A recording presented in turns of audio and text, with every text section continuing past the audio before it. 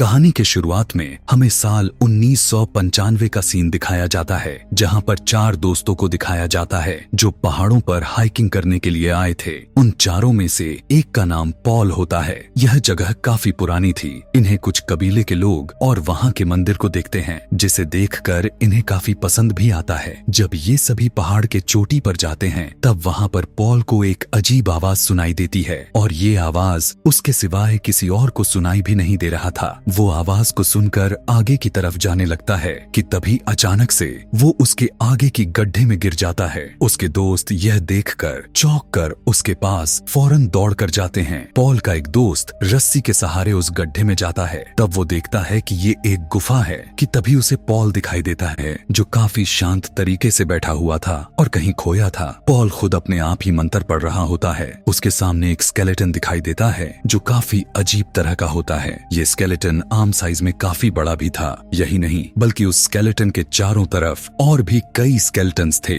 जिनका साइज आम लोगों की तरह था, और वे सभी बड़े वाले के सामने झुके हुए थे। लेकिन यह देखकर पॉल के दोस्त को जब कुछ समझ में नहीं आता, तब वो पोल के पास जाता है। अब यहाँ पर पोल अपने दोस्त से बिना हिले हुए कहता है कि प्लीज दूर रहना मुझसे। अगर तुमने मुझे छूने की कोशिश की तो तुम सभी मारे जाओगे। लेकिन पॉल का दोस्त अपने दोस्त को उस गुफा में आखिर अकेला कैसे छोड़ सकता था, इसीलिए वो उसे अपने कंधे पर उठाकर केव से बाहर लेकर जाता है। आगे इन्हें एक लकड़ी का बना हुआ घर दिखाई देता है, जहाँ पर ये सभी पोल को ले आते हैं। यहाँ इन्हें आए हुए अब 2 दिन हो चुके हैं और इस पहाड़ पर बर्फ पड़ना भी शुरू हो चुका है, यानी अब ये चारों लोग यहाँ से नहीं निकल सकते थे। कुछ समय बीतता है और अब पॉल के पास अपने एक दोस्त को छोड़कर 2 दोस्त बाहर जाते हैं खाने का इंतजाम करने के लिए, और पॉल अभी भी अपने होश में बिल्कुल भी नहीं था कि तभी पॉल की दोस्त उसके हाथ में म्यूजिक बजाने वाला इंस्ट्रूमेंट को देखती है, जिसे उसकी दोस्त लेकर बजाने लगती है। और जब वो कुछ देर के बाद जब बाहर की तरफ देखती है,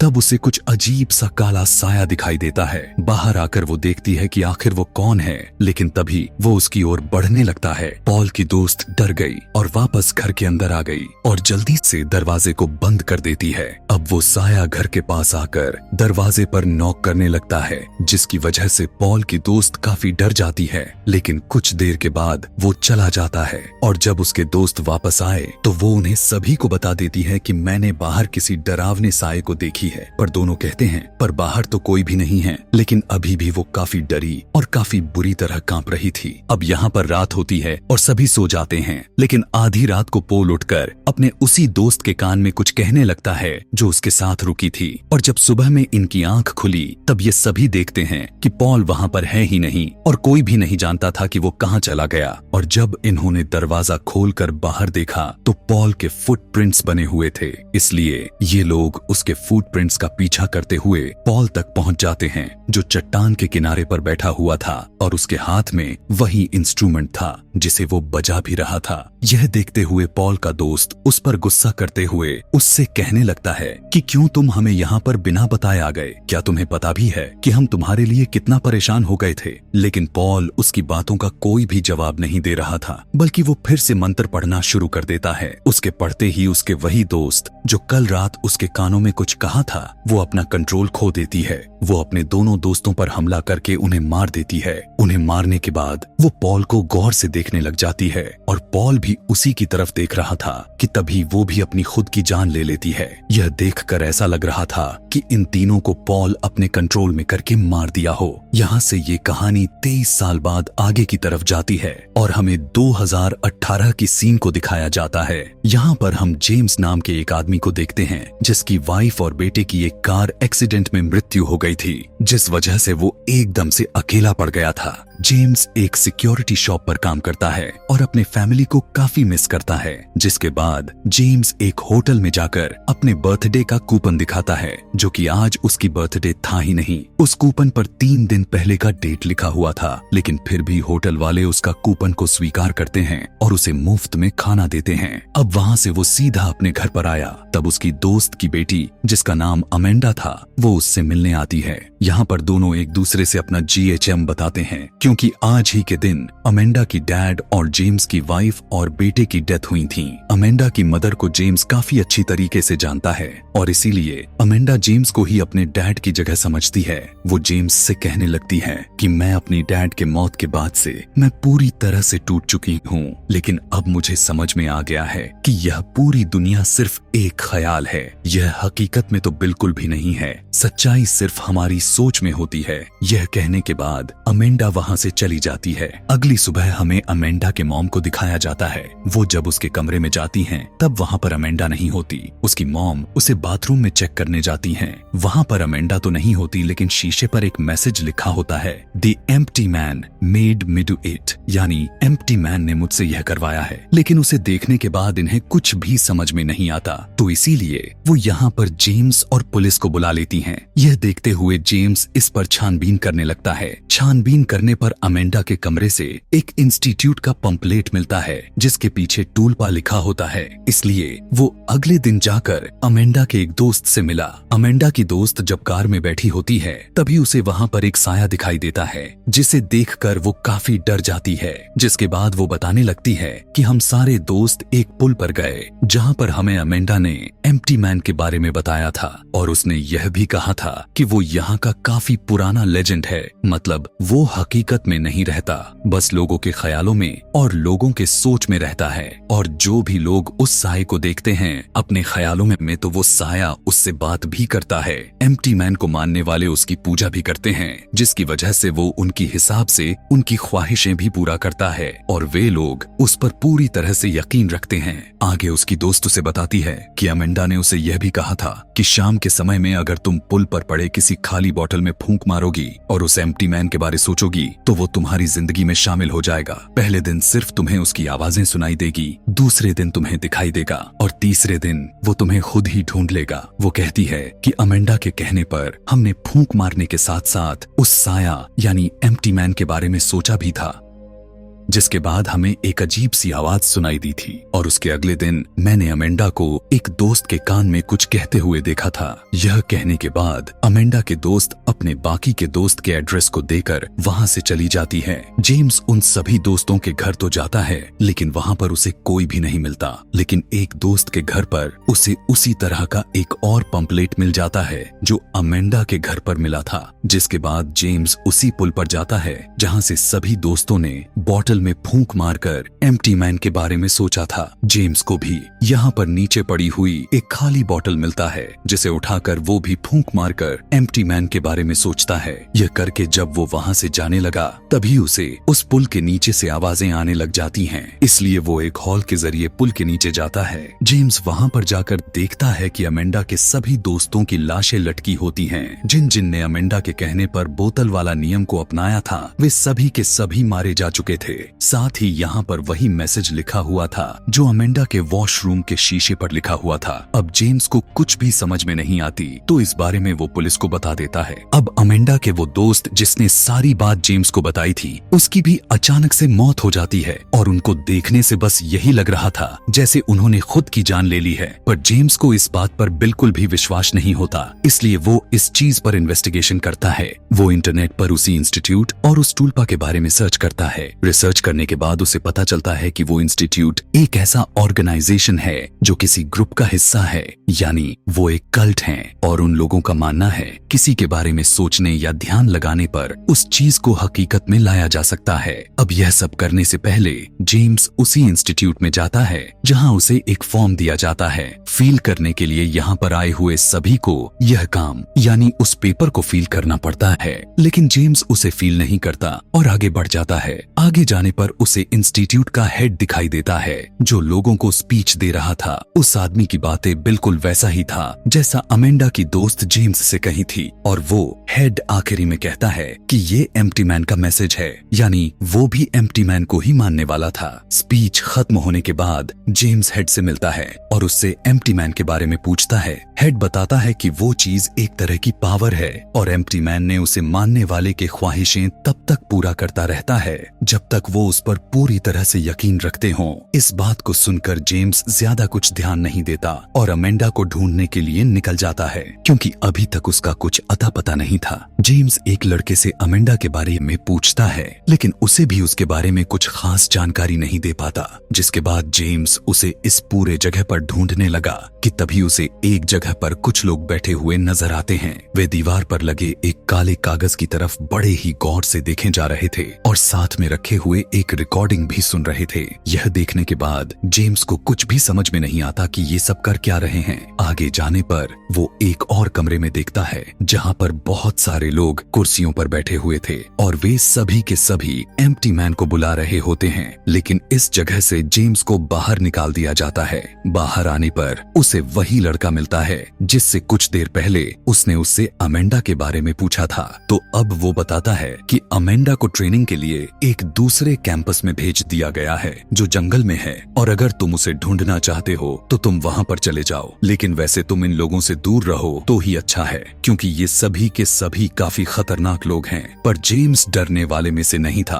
उसे कैसे भी करके अपने दोस्त की बेटी अमेंडा को ढूंढना था, इसीलिए वो उसी जंगल में चला जाता है। जंगल में जाने पर उसे वहाँ पर एक केबिन मिलता है जिसके अंदर बहुत सारी फाइल्स पड़ी हुई दिखाई देती हैं। उन्हीं में से एक अमेंडा और जेम्स की भी थी। लेकिन जब जेम्स अपने फाइल को देखता है तो उसकी फाइल्स पूरी तरह से खाली होते हैं। जेम्स एक दूसरे कमरे में जब जाता है तो उसे वहाँ पर बहुत सारे वीडियो कैसेट पड़े हुए नजर आते हैं। उन सभी में एक को प्ले करके जेम्स देखने लगता है जहाँ कुछ लोग एक आदमी पर किसी तरह का एक्सपेरिमेंट कर रहे थे। उस आदमी के अंदर से अजीब तरह का जादू लिया जा रहा था। देखने पर ऐसा लग रहा था कि उस आदमी के अंदर किसी को डाला भी जा रहा था कि तभी कुछ ही पल में उस आदमी के अंदर वो आ भी जाता है। इस केबिन में जेम्स को आए हुए काफी देर हो चुकी थी और अब रात हो जाती है कि तभी बाहर से कुछ आवाजें आने लग जाते हैं। वो जब केबिन से बाहर आता है तब वो देखता है कि बहुत सारे लोग एक बड़े से आग के चारों तरफ घूमते हुए मंत्र पढ़ रहे थे।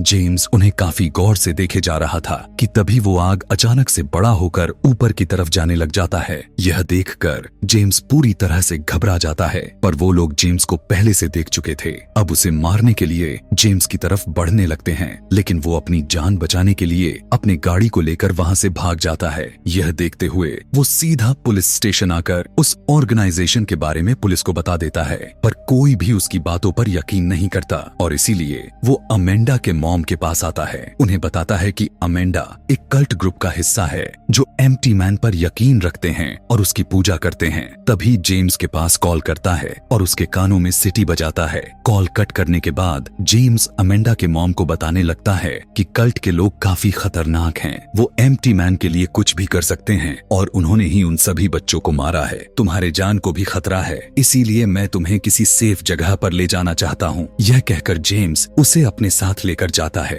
दरअसल ये दोनों एक दूसरे से प्यार करते थे, लेकिन ये दोनों कभी भी अपने प्यार का इजहार नहीं कर पाए। जेम्स उसे एक होटल में छोड़कर कहता है कि तुम यहीं पर रहो, यहाँ तुम महफूज रह सकती हो। रात में डर की वजह से जेम्स की आंख खुल जाती है कि तभी वो देखता है कि एक साया उसकी तरफ आ रहा है। जेम्स उसे मारने की कोशिश करता है, लेकिन तभी वो साया वहाँ से गायब हो जाता है। अगले दिन जब जेम्स उसी इंस्टीट्यूट के ऑफिस पहुँचता है तब उसने देखा कि वही लड़का जिसने उसे अमेंडा के बारे में बताया था वो कुछ लोगों के साथ कहीं पर जा रहा होता है। यह देखकर जेम्स उसका पीछा करने लगता है। वो लोग एक हॉस्पिटल में आते हैं, तब उनके पीछे जेम्स भी अंदर चला जाता है। वो देखता है कि सारे लोग एक आदमी के सामने झुक जाते हैं, जो वो आदमी बेड पर पड़ा है और पिछले कई सालों से कोमा में है। यह देखकर जेम्स को कुछ भी समझ में नहीं आता और जब वो लड़का बाहर निकलता है तब जेम्स उसे पकड़ लेता है और वो उससे पूछने लगता है कि तुमने मुझे जंगल में क्यों भेजा था। तब वो लड़का बताता है कि मुझे मेरे ग्रुप वाले ने ऐसा करने के लिए कहा था कि तुम उस जंगल में जाओ। जेम्स उससे हॉस्पिटल में बेड पर पड़े उस आदमी के बारे में पूछता है। तब वो लड़का उसे बताता है कि एम्प्टी मैन उसी आदमी के जरिए हमसे बात करता है, लेकिन जेम्स को कुछ समझ नहीं आता है, इसीलिए दोबारा से इंस्टीट्यूट आया। वो उस जगह पर जाता है जहाँ पर सारे फाइल्स रखे हुए थे। जेम्स को वहाँ पर 14 नंबर की फाइल मिलती है और ये फाइल सबसे अलग पड़ी थी। अब जैसे ही जेम्स इस फाइल को खोलता है तब वो पूरी तरह से चौंक जाता है। हैरान हो जाता है क्योंकि ये फाइल कोई और की नहीं बल्कि जेम्स का ही फाइल्स होता है, जिसमें उसकी फैमिली के बारे में सारी जानकारी थी और उसमें वही बर्थडे वाला कूपन भी था जिसका आज से 3 दिन पहले इस्तेमाल किया था खाना खाने के लिए। उस फाइल में जेम्स की तस्वीरें भी थीं, जिसे देखकर वो पूरी तरह से हैरान रह गया, लेकिन यह सब उसके समझ से पूरी तरह से बाहर था। इसीलिए दोबारा उसी हॉस्पिटल में आता है और उस कोमा वाले आदमी को गौर से देखने लग जाता है। फिर रिसेप्शन पर जाकर लेडी से पूछने लगता है कि वो कोमा वाला आदमी कौन है। तब लेडी कहती है कि मुझे नहीं पता कि वो कौन है, वो तो पिछले 23 सालों से कोमा में पड़ा है। और अब जब जेम्स उस आदमी के कमरे में जाता है तब वो देखता है कि उस कमरे में अमेंडा होती है जो उस आदमी की देखभाल कर रही थी। यह देखकर जेम्स उससे पूछता है कि यह आदमी कौन है। तब अमेंडा उसे बताती है कि एम्प्टी मैन 500 सालों में अपने लिए एक ऐसे आदमी को चुनता है जिसके जरिए एम्प्टी मैन हमसे बात कर सके, और पिछले 23 साल से इसी के जरिए एम्प्टी मैन हमसे बात कर रहा है क्योंकि ये भी उसी का चुनाव है। इस आदमी को 23 साल पहले एम्प्टी मैन पोजेस्ट करके अपने कंट्रोल में किया था और तब यही हमारे एम्प्टी मैन के साथ कम्युनिकेशन का जरिया है। जेम्स अब अमेंडा का मॉम को कॉल करता है, लेकिन हैरान करने वाली बात यह थी कि अब वो उसे पहचानने से इनकार कर देती हैं। अब हमें यहाँ पर पता चलता है कि ये कोमा वाला आदमी और कोई नहीं बल्कि पॉल है, जिसे हमने इस कहानी की शुरुआत में देखा था, जो अपने 3 दोस्तों के साथ हाइकिंग पर आया था। और अमेंडा जेम्स को बताती है कि अब इसका शरीर पूरी तरह से कमजोर हो चुका है, इसीलिए अब हमें एम्प्टी मैन के लिए नए जिस्म की जरूरत है, यानी एक नए होस्ट की, जिसके अंदर रहकर वो अपने चाहने वालों से बात करे, उनकी हर मन्नत को पूरी कर सके। यहाँ पर अमेंडा यह भी बताती है कि इस बार नए जिस्म के लिए हमने तुम्हें चुना है और तुम्हारे दिमाग में जो तुम्हारी यादें हैं, जो तुम सोचते हो, वो हकीकत में नहीं है बल्कि पूरी तरह से मनगढ़ंत हैं, क्योंकि उन यादों को खुद हमने तुम्हारे लिए बनाए हैं। इसीलिए जिंदगी में तुम्हारे साथ कभी भी कुछ ऐसा नहीं हुआ, क्योंकि ये तुम्हारी जिंदगी हमने ही बनाई है एम्प्टी मैन के लिए। इसीलिए तो मेरी मॉम ने तुम्हें नहीं पहचाना, क्योंकि वो तुम्हें जानती ही नहीं, और जो तुम जानते हो कि मेरी मॉम और तुम एक दूसरे से प्यार करते हो, वो याद भी मैंने ही तुम्हारे दिमाग में बनाई थी। क्योंकि एम्प्टी मैन का जो साया या होस्ट हो, उसमें उस तरह की जज्बात, साथ साथ खौफ और शर्मिंदगी एहसास, ये सब होना बहुत ही जरूरी है, क्योंकि वही जिस्म एम्प्टी मैन के लिए बिल्कुल परफेक्ट रहता है, क्योंकि ये जज्बात इंसान के लिए मजबूत बनाता है। इसीलिए ये सब एम्प्टी मैन सह पाता है, और इसी तरह की जिस्म को ही टूल्पा कहते हैं। और अब से तुम हमारे एक दूसरा टूल्पा हो। यह सुनकर जेम्स तड़पने लग जाता है। उसका दिमाग इस जगह से उस जगह पर चला जाता है जहां आज से 23 साल पहले पॉल उस भयानक सी दिखने वाले स्केलेटन के सामने बैठा हुआ था। और अब यहाँ पर देखते ही देखते एम्प्टी मैन जेम्स को पोजेस्ट करके उसके अंदर घुस जाता है और उसे अपने कंट्रोल में कर लेता है, जिसकी वजह से जेम्स बेहोश हो जाता है। होश आने पर वो अपने घर चला जाता है और उसे अब पूरी तरह से यकीन हो चुका था कि अब मैं इंसान नहीं बल्कि एक टूल्पा बन चुका हूँ, यानी एम्प्टी मैन का होस्ट। और जो मेरा नया जिस्म है टूल्पा वाला, वो 3 दिन पहले ही पैदा हुआ, क्योंकि मैं खुद और मेरी यादें उस कर्ज की तरफ से बनाए गए हैं जो सबके सब ख्याली था। मेरे जिस्म में उन्हें ये सारी ख्याल इसलिए डाले गए ताकि एम्प्टी मैन के लिए काबिल बन सके। और जब पूरी तरह से मैं इस तरह से बन गया, यानी कि टूल्पा तो एम्प्टी मैन आखिर मेरे अंदर समा ही गया, यानी वो स्कॉट का एम्प्टी मैन के साथ कम्युनिकेशन करने का जरिया जेम्स ही था। और अब जेम्स भागकर हॉस्पिटल में जाता है जहां पर पॉल का जिस्म कोमा की हालत में पड़ा हुआ था। जेम्स उसे सूट करके खत्म कर देता है, और ऐसा होते ही हॉस्पिटल के सभी लोग जेम्स के आगे झुक जाते हैं, यानी अब वो कल्ट जेम्स के जरिए एम्प्टी मैन का पूजा करेगा। और अब जेम्स उस हर इंसान को मार देगा जो एम्प्टी मैन को सोचते तो थे पर उस पर यकीन नहीं करते थे, उससे डरते थे, जो लोगों को मारने का काम तभी से करता आ रहा था। अब जेम्स का कैरेक्टर कुछ इस तरह से बना कि एम्प्टी मैन को मानने वालों ने जेम्स के कैरेक्टर को अपने दिमाग में पहले सोचा, फिर ध्यान लगाकर उसे दुनिया में लेकर आया, फिर उसके अंदर यादें डाल दिया ताकि वो एम्प्टी मैन के लिए परफेक्ट बन सके। और इसके बाद जब जेम्स की बॉडी कमजोर हो जाएगी, तब ये फिर से किसी के दिमाग में यही सब दोबारा से क्रिएट करेंगे और उसे इस दुनिया में लाकर एम्प्टी मैन के साथ कम्युनिकेशन का जरिया बनाएंगे। और ये सारी की सारी प्रक्रिया इसी तरह से सालों साल या यूं कहें तो जीवन भर ऐसा ही चलता रहेगा। और इसी के साथ यह कहानी यहीं पर खत्म हो जाती है।